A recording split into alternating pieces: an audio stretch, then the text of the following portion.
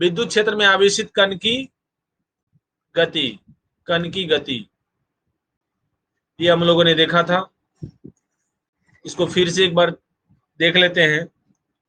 तो इसके लिए सबसे पहले हम लोग सरल लोलक की गति देखते हैं। सरल लोलक की गति, सरल लोलक की गति, इसको समझते हैं, देखिएगा।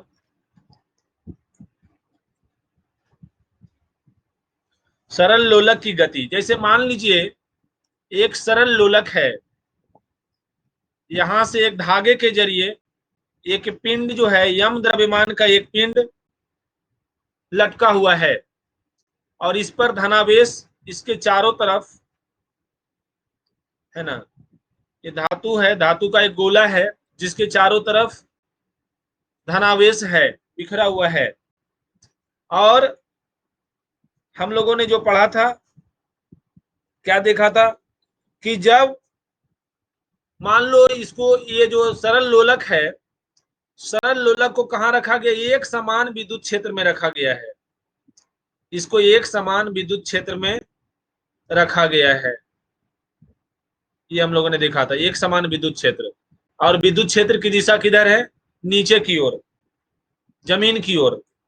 ओके, तो हमें क्या करना है, हमें इसकी गति के बारे में स्टडी करना है, समझना है। तो पिछले बार में हम लोग ने देखा था कि देखिए इस पर बल किधर लग रहा है, हम लोग जब धनावेश होता है तो धनावेश से बल किधर लगता है बच्चों, धनावेश से बल जो है विद्युत क्षेत्र की दिशा में लगता है, बाहर की ओर लगता है। तो F बराबर क्या पढ़ा था हम लोगों ने, QE पढ़ा था, F equal to QE। Okay, तो ये हो गया बल की दिशा। और बल जिधर लग रहा है उधर त्वरण भी होगा।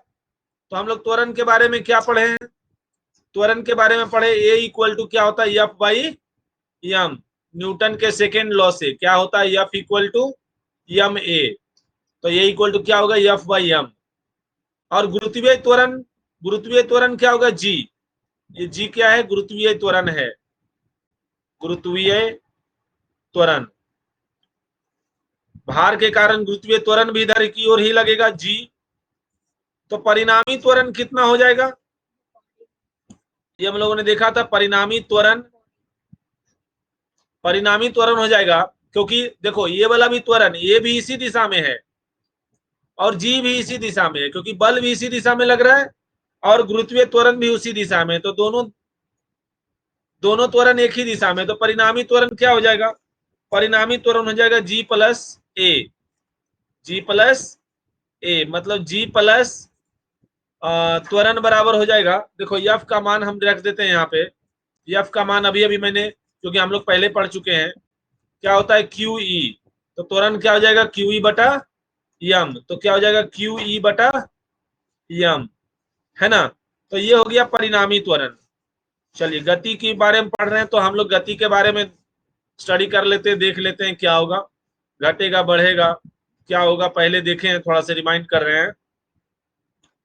तो बच्चों हम लोग क्या जानते हैं, सरल लोलक का आवर्तकाल क्या होता है, सरल लोलक का आवर्तकाल, का आवर्त काल हम लोग पहले से पढ़े हुए, 11 क्लास में आपको पढ़ना था, समय नहीं था पिछली बार, लॉकडाउन की वजह से आप लोग नहीं पढ़े, तो कोई नहीं।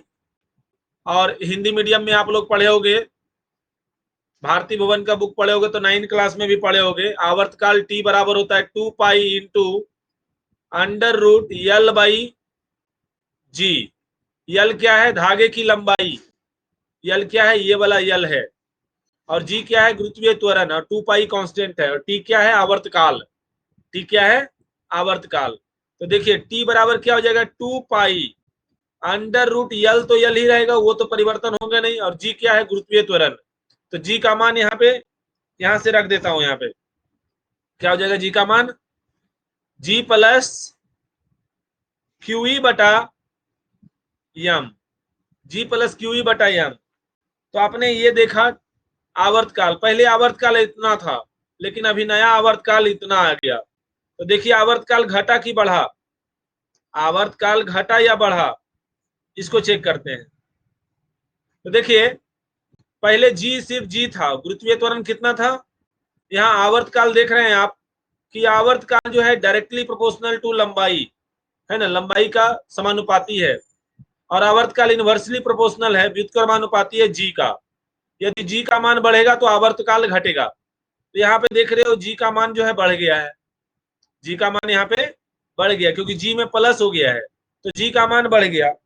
तो क्या हो गया, आवर्तकाल जब जी का मान बढ़ेगा तो आवर्तकाल घटेगा। तो हम लिख देते हैं आवर्तकाल घट गया, आवर्तकाल क्या हो जाएगा, घटेगा।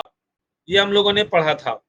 अच्छा बच्चों, आवर्तकाल क्या होता है, ये जो देख रहे हो, ये जो पेंडुलम जो दिखाई दे रहा है ना, तो या सरल लोलक, एक बार है ना, एक बार चक्कर लगाना, एक बार दोलन करने में जितना समय लगता है उसी को आवर्तकाल कहते हैं।